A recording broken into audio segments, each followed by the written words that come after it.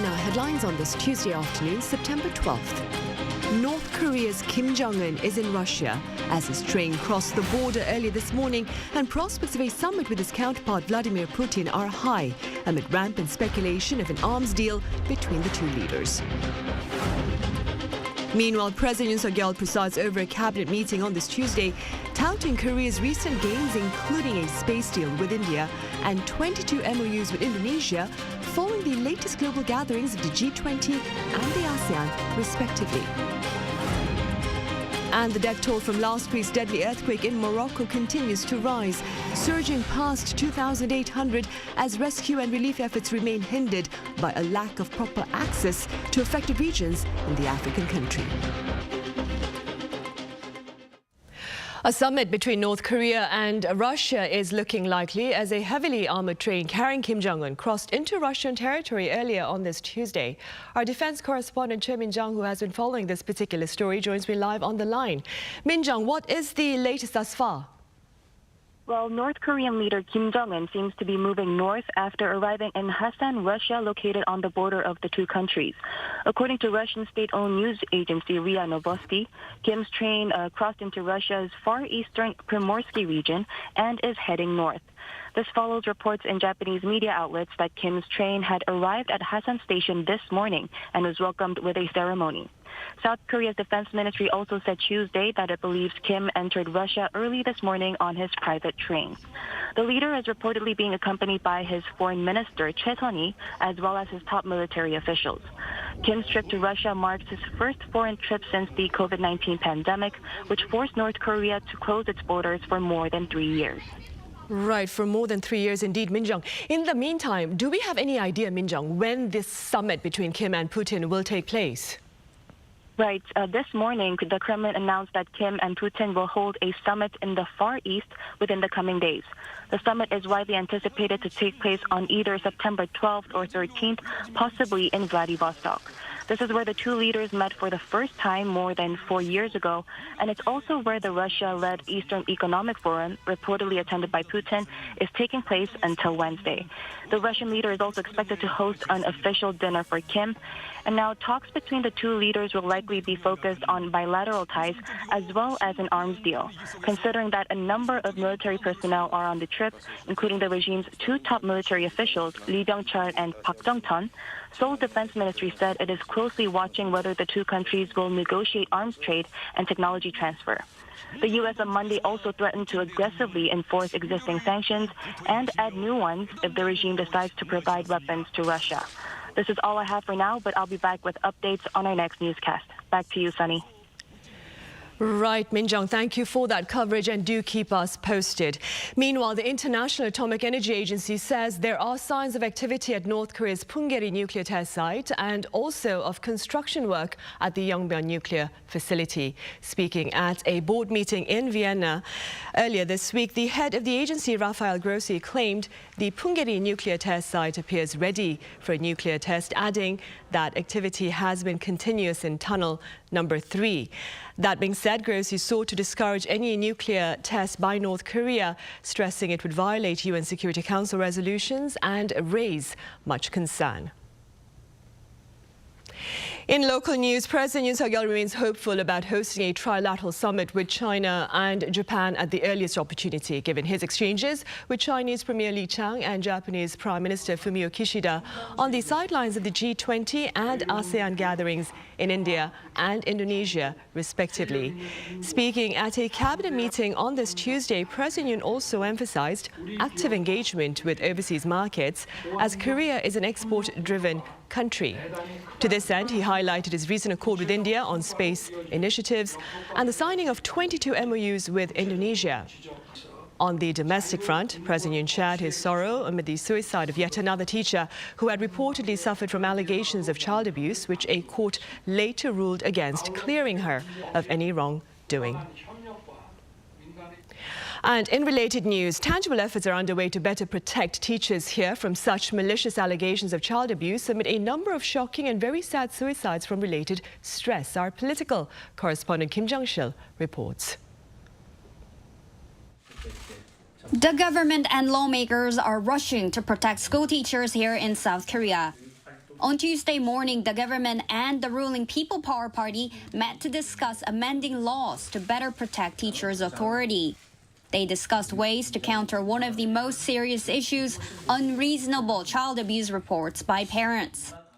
We have decided to establish a new regulation requiring the school superintendent to submit a mandatory opinion to the investigative body. And the investigative parties must take the opinion into consideration and put it in the record during the investigation. With the opinion submitted by the Office of Education that oversees local schools, officials say teachers will have an authoritative body giving more objective opinions regarding the incident. Over the past decade, teachers have been suffering from the collapsed balance between students' human rights and teachers' rights. Teachers are demanding one thing in particular. They are requesting the law to protect legitimate educational guidance from indiscriminate reports of child abuse. The movement from the government and lawmakers has been fueled by the recent cases of several school teachers taking their own lives. South Korean media reported many of the teachers suffered from malicious complaints for years in some cases, and that they were under a lot of stress when facing police investigations. Physical punishment has been basically banned in schools in South Korea since 2012, but unreasonable reports of, quote, emotional abuse have put teachers in difficult situations when disciplining students. Kim Jong-sil, Arirang News.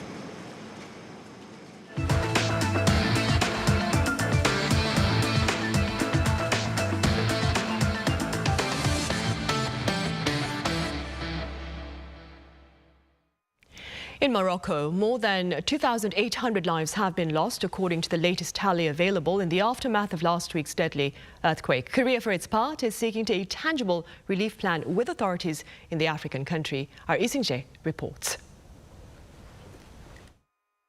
In what was the strongest earthquake to hit the center of Morocco in over a century, the death toll from Friday's deadly quake has now risen past 2,800. According to local authorities, as of Monday, 2,862 were killed and 2,562 others injured in the 6.8 magnitude earthquake. The worst affected area is the province of Al-Haouz, where nearly 1,500 people have died due to the fact that it's located at the foot of the Atlas Mountains and includes remote villages and settlements that have been challenging for rescuers to reach. And with the golden time ticking down and rescuers struggling to get to the victims, there are fears the death toll could rise even further over the next several days. And with so many hard-to-reach areas, authorities have not yet issued any estimates for the number of people missing. UNICEF also estimates that about 100,000 children in the country may be affected by the earthquake, while the UN Children's Agency says it doesn't know exactly how many children were killed or injured in the disaster.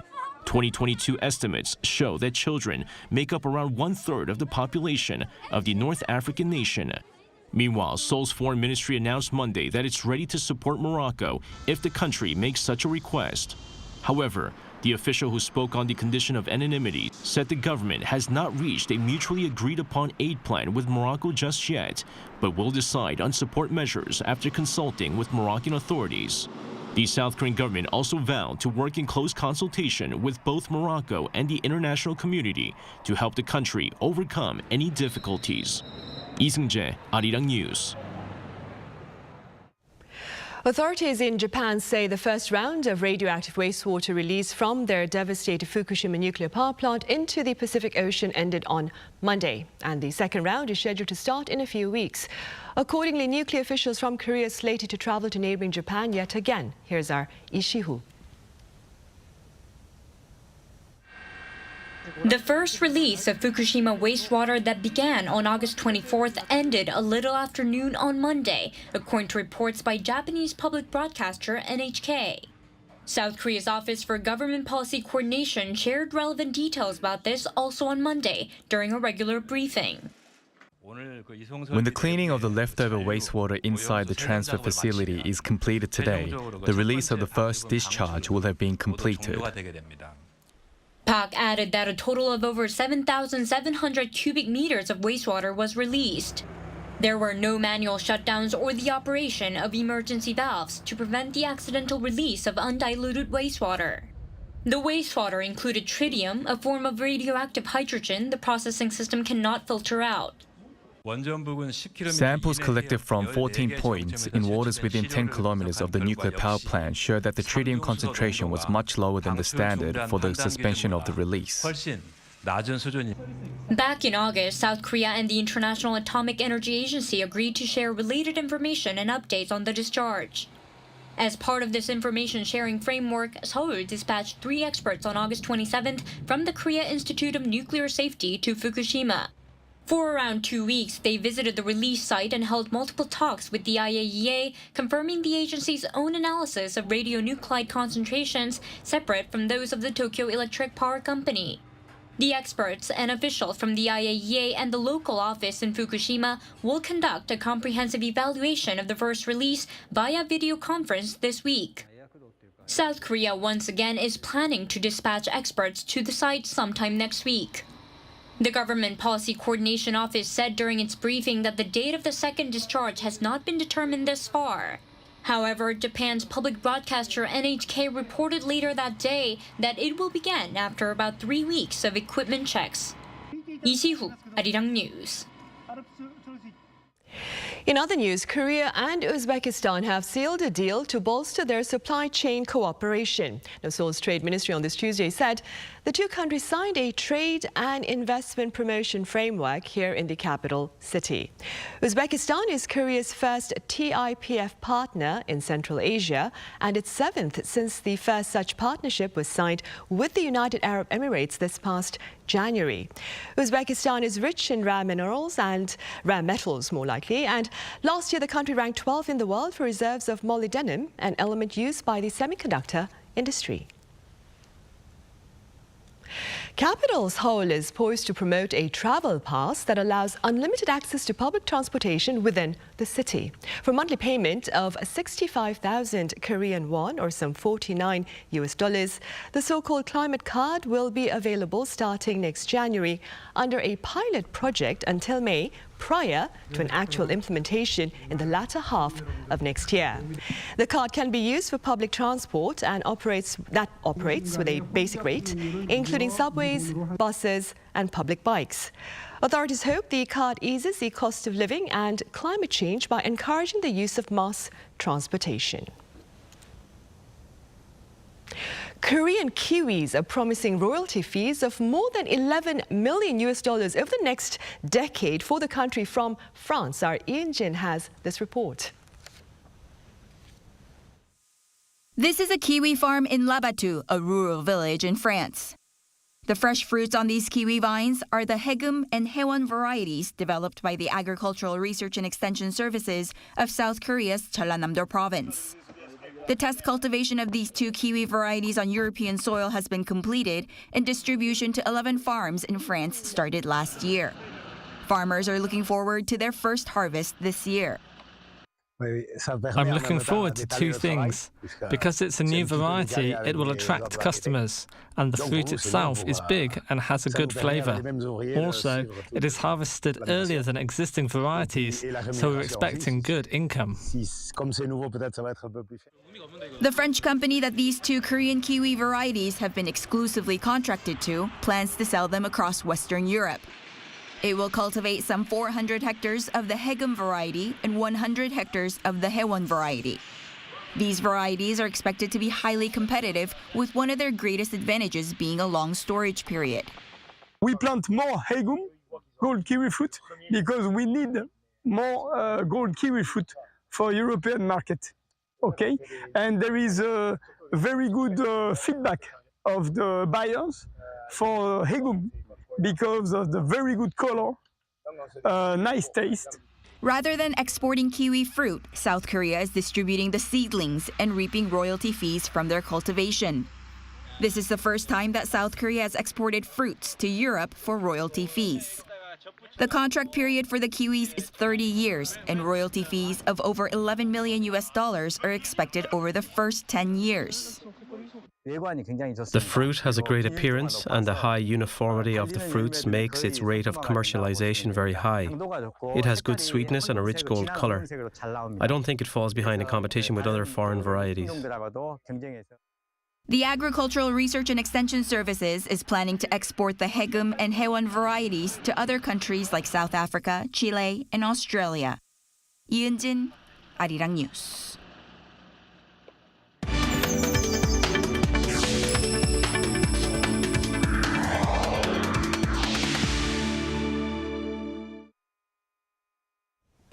Next-generation barcodes, pundits say, share unprecedented levels of vital information for the benefit of consumers, businesses, and even the Earth. Our business correspondent Shin Ha-young explains.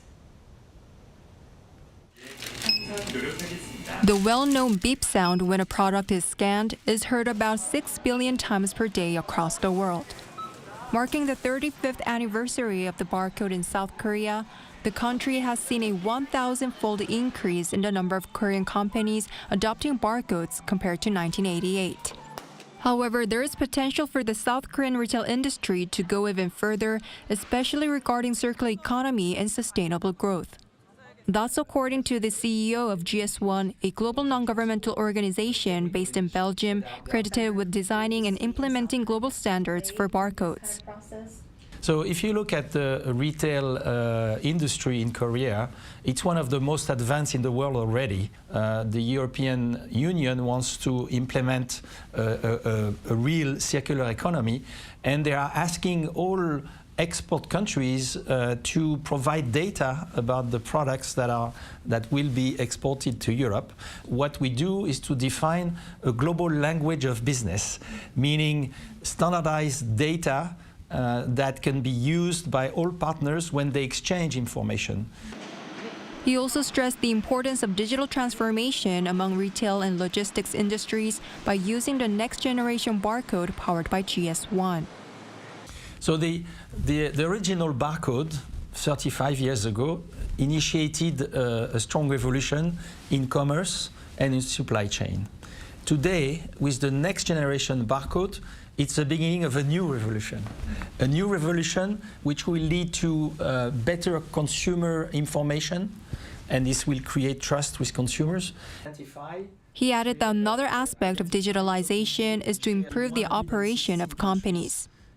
Retailers have the possibility with this technology to improve inventory management, and also to propose what we call dynamic pricing to consumers. That is, when the product arrives closer to the expiry date, you can make a discount.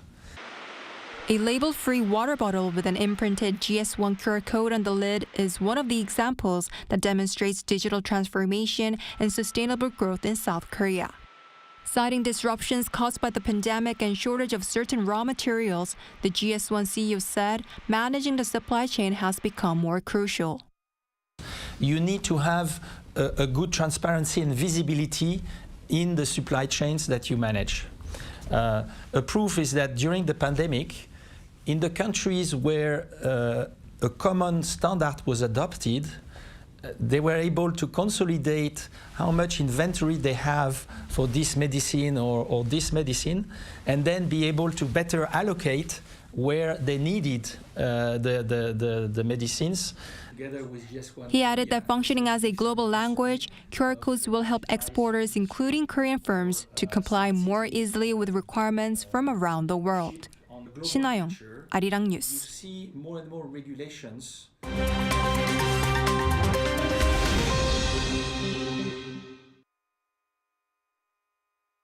Let's take a look at what's going on in the world now.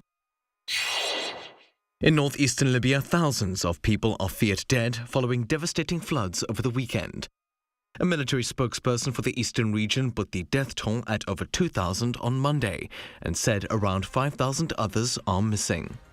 The flooding was caused by torrential downpours from Storm Daniel. The heavy rains also caused a dam to burst near the city of Derna, sweeping away entire neighborhoods. The city was worst hit, with the non-profit group, the Libyan Red Crescent, putting the death toll there at more than 300. Authorities expect the death toll to rise as search and rescue operations continue. Parts of the region have been declared a disaster zone. Libya is politically divided between the east and west. The internationally recognized government does not control the impacted area. In the United States, memorial events were held on Monday to mark the 22nd anniversary of the September 11th Twin Towers attack that killed around 3,000 people. In New York, Vice President Kamala Harris and other officials paid tribute at the site of the tragedy, while U.S. President Joe Biden addressed service members and first responders from a military base in Anchorage, Alaska. Other events were held at the Pentagon and a 9/11 memorial in Pennsylvania, as well as firehouses and city halls. On September 11, 2001, 4 planes were hijacked by members of the Al-Qaeda terrorist group. 2 of the planes crashed into New York's Twin Towers, and another plane hit the Pentagon. The 4th aircraft never reached its intended target, the U.S. Capitol, after passengers fought back against the hijackers. It crashed in an open field in Pennsylvania. Staying in the United States, the U.S. Food and Drug Administration on Monday approved updated COVID-19 vaccines ahead of the fall and winter seasons in a bid to prevent a surge of infections. The approval applies to the latest jabs from Moderna as well as Pfizer. The new vaccines target the latest coronavirus variants. People who have never been inoculated against the virus can receive the updated vaccine. The vaccine is expected to receive final approval from the Centers for Disease Control and Prevention before being rolled out later this week. And finally, dogs made a splash at Del Mar Dog Beach in California on Sunday by surfing waves at a local surfathon charity event. More than 50 canines surfed up a storm for the 18th Helen Woodward Surf Dog Contest, with some riding the waves solo, while others had a guiding hand from their owners. The annual contest raises funds for orphaned pets. A dog named Sugar took home this year's top prize for Best in Surf. Matthew Ashley, Arirang News.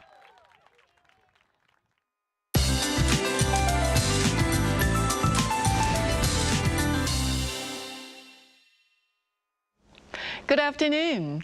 Calendars may say it is autumn, but it feels nothing like autumn in the afternoon. Summer-like heat continues today across much of Korea, with daytime highs going up 3 to 4 degrees higher than average.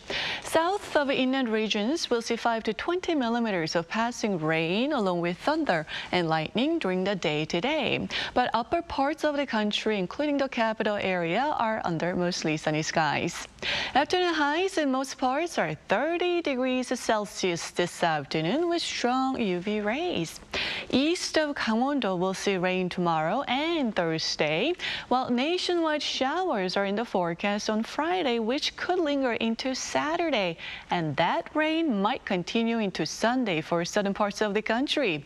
So frequent rain is in the forecast for southern regions for the next few days. Plan accordingly for the upcoming weekend. But this week's wet weather should bring down the temperatures close to norms next week. That's Korea for you, and here's a look at the international weather conditions.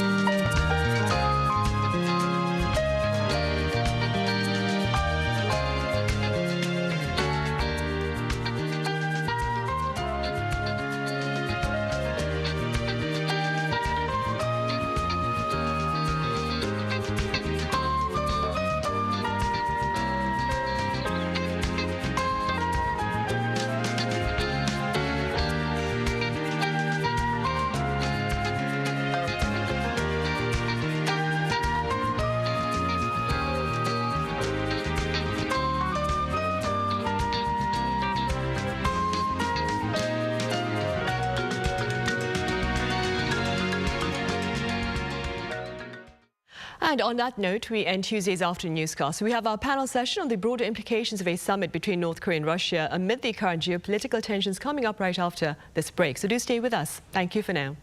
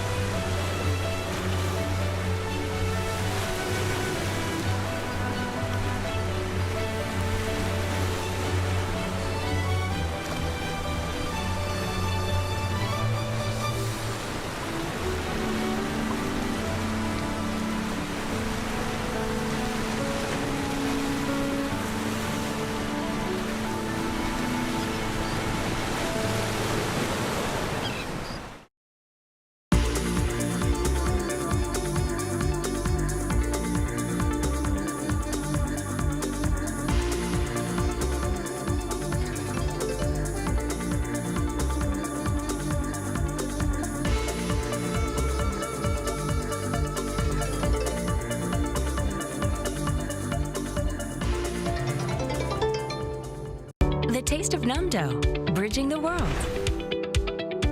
Unfolding in the romantic city of Yosu, Jeonnam.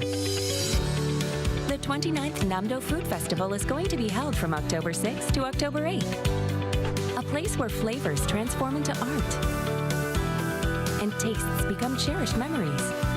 Relish the autumnal charm of Namdo, which nourishes both the soul and the senses in the vibrant city of Yosu, synonymous with romance and vitality. Feel and taste the origin of K-food to the distinguished 29th Namdo Food Festival. We warmly invite you all.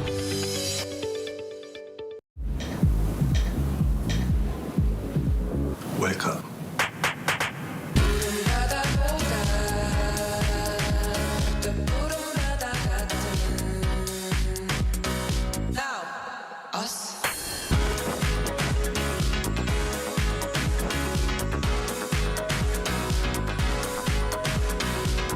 엄청난 에너지를 춤으로 뿜어내는 나라. 감당할 수 있겠니?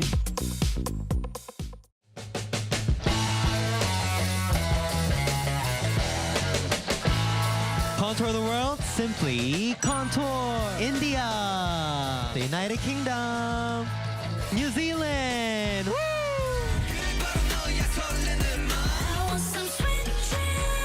I'm excited. You excited? Of course. Yeah.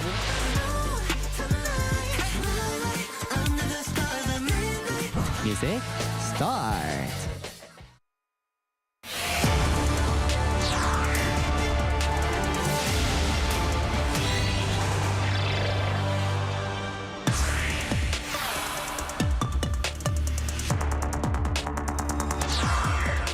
Concerns are mounting as North Korea and Russia seek cooperation on the weapons front, with Moscow believed to be seeking arsenal assistance from Pyongyang to support its invasion of Kyiv in exchange for technology to promote Kim Jong-un's aggressive ambitions on the Korean Peninsula.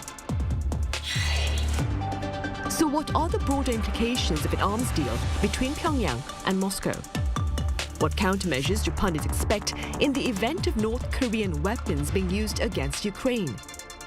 And essentially, what can be done to effectively address tensions on the peninsula? Welcome to Issues and Insiders. North Korea's Kim Jong-un is in Russia for talks with Vladimir Putin amid speculations of an arms deal between the two leaders to advance aggression against Ukraine. For more on these prospects, I have Professor Terence Verrig from the U.S. Naval War College here in the studio. It's a pleasure to have you with us, Professor Terence. Professor Verrig, of course. Pleasure to be here in person. I also have Professor Kim Young-jin at the Korea National Defense University live on the line with us from Washington, D.C. Professor Kim, as always, welcome. Thank you very much for having me. Right, Professor Verrig, we'll start here in the studio. Perhaps we could start off with a few words on the implications, the broader implications of a summit between North Korea's Kim Jong-un and Russia's Vladimir Putin on the sidelines, I believe, of an economic forum currently taking place in Vladivostok.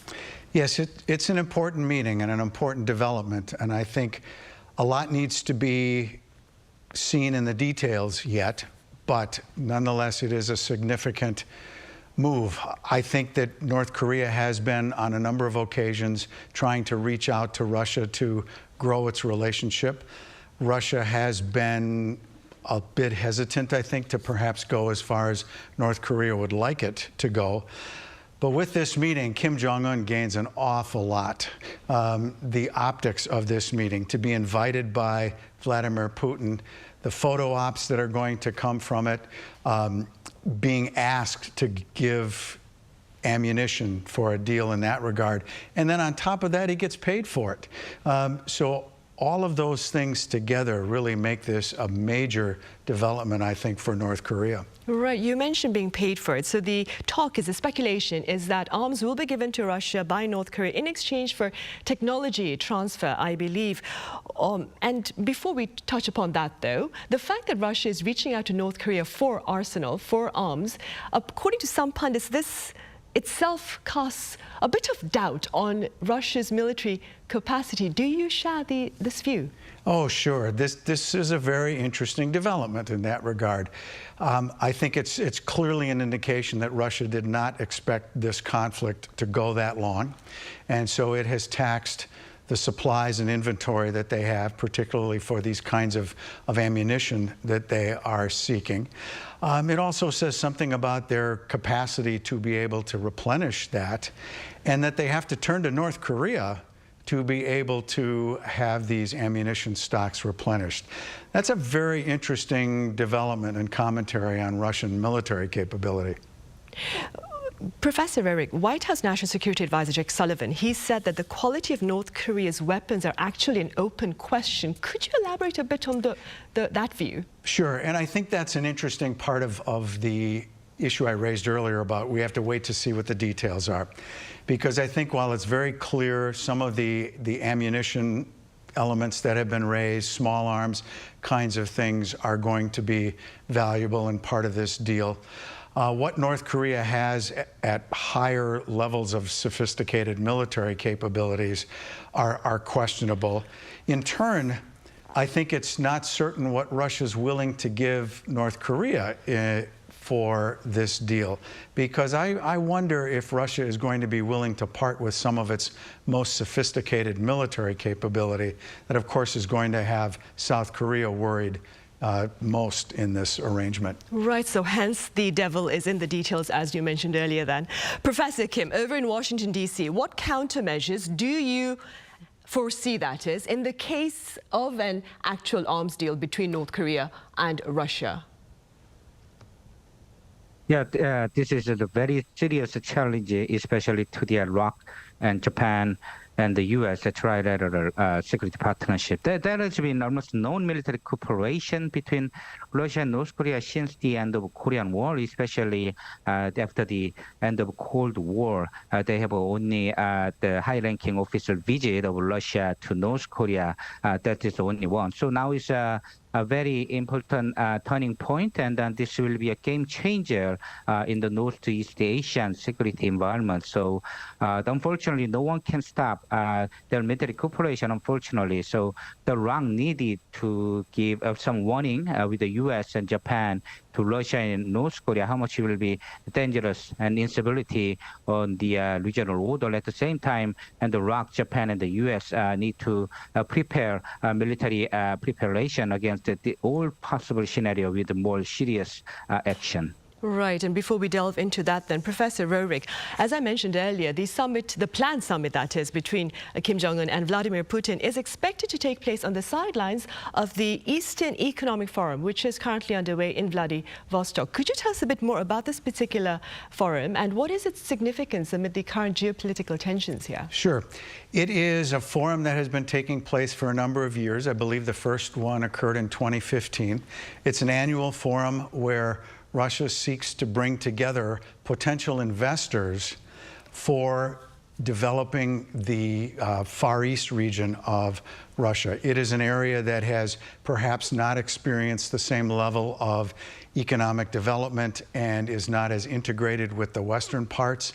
And so Putin has tried to have this forum be a way of attracting foreign investment. And it's been fairly successful in obtaining various contracts to build infrastructure, transportation, mineral extraction, et cetera. And so it's another round of that for this annual event. I'm not sure it has a significant amount of implication for the war in Ukraine and others, other than it's an ongoing goal for the Russians to build up this area, and perhaps it's a way of Putin trying to overcome what might be hesitation to provide investment into this region that might not have been there prior to the war. So I think a continuation of a strategy to build up the Russian Far East. Right, and staying with Russia's strategy, so to speak, Professor Kim, South Korean intelligence, that is, claims that Russia has invited North Korea to join naval drills with China as well. Is this a concerning development, do you think? Absolutely, absolutely. There is no surprise. Russia invite North Korea, especially to the Russia and China combined exercise. There is a high possibility now, even though North Korea never considered over the 7 decades, but now is a wonderful time for North Korea to strengthen their military partnership with Russia, especially, and as well as China. So naval drill could be one of them for the military cooperation aspect of the two countries. And North Korea easily able to join a military combined exercise because Russia and China already have had since the 2018. So now is North Korean time to consider military combined exercise, including naval drill, and all nightmare scenario are possible, including not just weapon exchange, but also to deploy small liaison officers each other to the headquarters of the operation command, also as well as the support of a weapon system. So now this is a very serious situation, and the ROC in Japan and the U.S. need to prepare for this new security environment. Right. Professor Roerich, Professor Kim just talked about nightmarish scenarios. I'm going to make one for you as well. You earlier spoke about, or cast doubt that is, on how willing Russia would be to part with its advanced weapons technology, because the idea is that North Korea would provide it with weapons and Russia would probably give it some weapons technology. Do you believe that in the case of scenario where much is departed from Russia to North Korea in terms of military technology, how worried should we be? Well, I think it certainly would be a concern, as Professor Kim mentioned. If Russia really does go this direction in a very significant way, there are many ways this is not a good direction for the cooperation, for the technology to be shared. In particular, there are discussions about the space program and some of that technology that would also be related to ballistic missile technology. There's also nuclear weapons pieces to this that Russia could certainly help North Korea advance its program. So we'll see. But on the other hand as well, Russia, the more they cooperate with North Korea, the more they own whatever is going to follow in the future.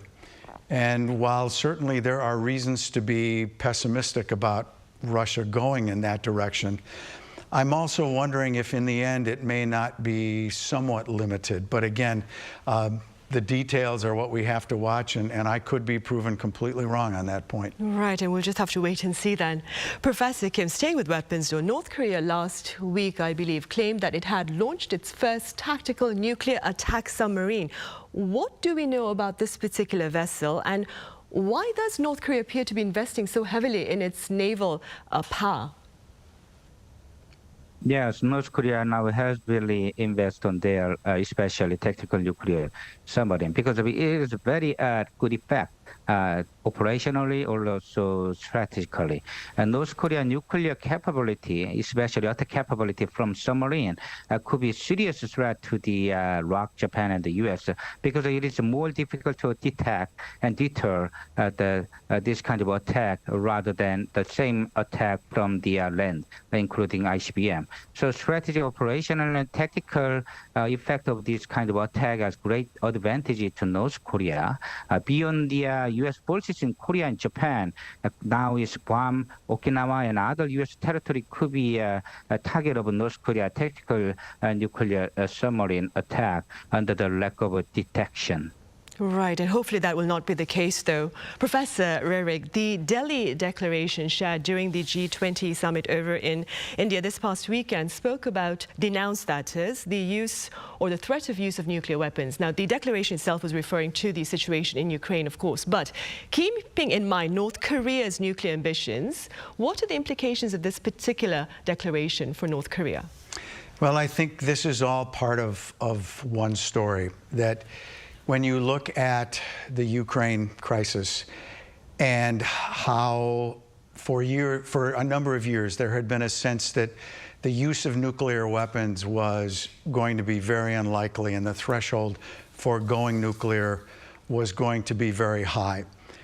Putin's explicit and implicit suggestions that they might resort to nuclear weapons, has put that back on the table. And so I think that has raised a great deal of concern globally. But now certainly to the North Korea situation, there is concern that North Korea might have a lower threshold for the use of nuclear weapons. And so I think this is, in many respects, part of a broader concern that threshold for using nuclear weapons has been reduced, and we need to get that raised back up so that we can lessen the chance of using nuclear weapons in some future crisis, right, of regardless of who is on the trigger. Right, and staying with that, Professor Roerich, there was news today about how the IAEA had detected signs of construction and activity at the Punggye-ri nuclear test site over in North Korea. Should North Korea conduct a nuclear test in the near future, what kind of action from the international community do you believe would discourage it from pursuing its ambitions further? Gosh, that's the tough question, isn't it? It's a million-dollar question. Because certainly the response up to this point has been sanctions, and that's not going to happen, or at least not in any significant way. There are a lot of sanctions already in place. Russia and China will likely not support increased economic sanctions, although I think China will be much more concerned and upset about a nuclear test than it has been over some of the ballistic missile tests. You'll have no doubt a continued ratcheting up of sanctions unilaterally from South Korea, the United States, Japan, but as a notion of deterrence, I think it's unlikely that that's going to be sufficient to deter North Korea from perhaps going in that direction again. But of course, we've been talking about this upcoming 7th nuclear test for quite some time, and it hasn't happened, and it's not clear why, but we shall see. Right. And Professor Kim, then, what do you suggest to better address tensions here in the Korean Peninsula amid, of course, Kim Jong-un's appalling or aggressive nuclear weapons intentions? Yes, continuous this type of military cooperation, weapon development like tactical nuclear submarine will increase the instability in the region very seriously, and it could be possible the third world war between the two sides as a new Cold War, and we have also Taiwan situation in here. So this is a very serious. So we need to prepare for two double track. One side of the rock need to increase the level of preparation with the U.S. and Japan against all possible nightmare scenario. On the other hand, the ROC and the U.S. They need to use a diplomatic channel with Russia and China to reduce or stop more aggressive military cooperation with North Korea. That is we can as the way in reducing this type of the instability. Right, of course. And Professor Kim, this is an impromptu question, but I was wondering, as part of efforts to deal with tensions here on the Korean Peninsula, what are your thoughts about the resumption of the SixParty Talks that were launched back in the year 2003, I believe?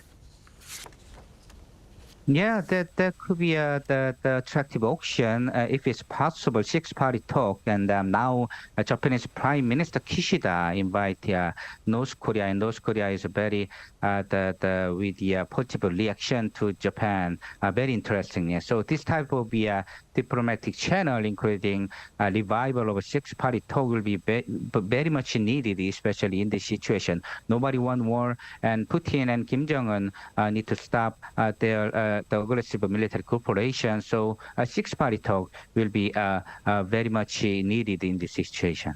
Right, I see. Professor Roerich, ever since last year, North Korea's Kim Jong-un has been seen on public outings accompanied by his daughter Chue.